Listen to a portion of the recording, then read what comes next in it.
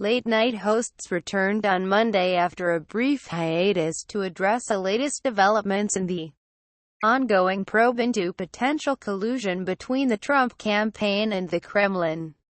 Trevor Noah of Comedy Central began, "Ever since Donald Trump became president, there's been one question on everyone's mind. Why? What kind of God would do such a thing? What is the significance of Trump Jr.'s meeting with a Russian lawyer?"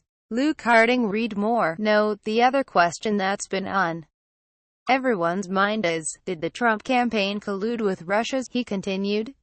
It's the subject of investigations by the House, the Senate and the FBI. But according to Trump's people, not only was there no collusion, they barely even know what a Russian is. One after another, we keep learning about more members of the Trump campaign who did meet with Russians during or after the campaign. But none of those meetings looked quite as bad as the one we found out about yesterday.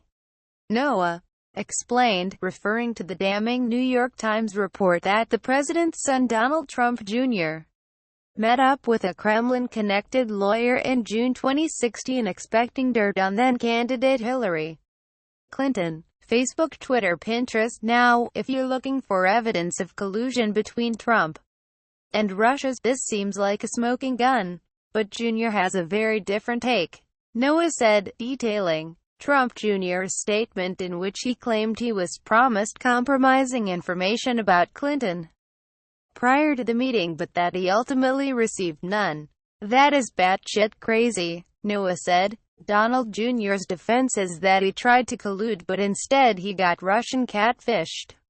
I don't care if you believe that Russia colluded or not with the Trumps. You have to admit that the Trump team excuses make them sound dumber and dumber at every turn. The saddest thing is, for the Trump team, the headlines today could be about America's role in helping finally drive ISIS out of Mosul. Or it could be about the Syrian ceasefire. But once again we're reminded that, in a world filled with Trump enemies, the worst enemy is themselves. Stephen Colbert also returned from a break to address the Trump Jr. story. It is great to be back. I did not watch a lot of news over the 4th of July week, because I like to celebrate my love for this country by not watching what's happening to it, Colbert joked. So, this morning I sobered up and everybody's still talking about Russia.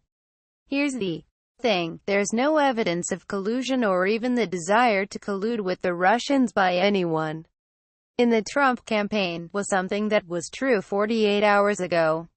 He went on, we learned yesterday that on the 9th of June of last year Donald Trump Jr. met with a Russian lawyer after being promised damaging information on Hillary Clinton. The meeting took place at Trump Tower and included Jared Kushner and then Trump campaign manager Paul Manafort, and proves that at least some in the campaign were willing to accept Russian help.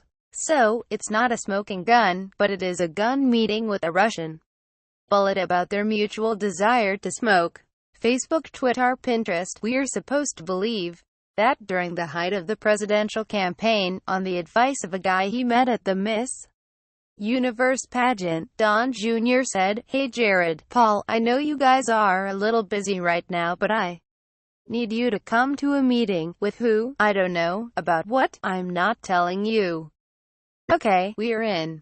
Colbert then went on to explain the different actors pertinent to the June meeting, including Natalia Veselnitskaya, the Russian lawyer with whom Trump Jr., Kushner and Manafort met, and music publicist Rob Goldstone, an acquaintance from Miss Universe who set up this meeting, and on the day after Trump's election posted a picture of himself on Instagram wearing a Russia t-shirt. Late-night hosts on Trump tweets, "He's not a symptom, he's the disease." Read more. Here's the thing. You cannot talk about the facts of this story without sounding like a crazy person, Colbert said exasperatedly, because Goldstone, who set up the meeting, did it at the request of a Russian pop star he manages named Emin Agarilov, who is the son of Aras Agarilov, billionaire.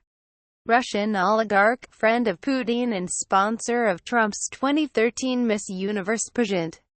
Trump even appeared in one of Eminegarelov's videos. "I did not know the fall of Western democracy had such a fat beat," Colbert said after airing a clip of the music video.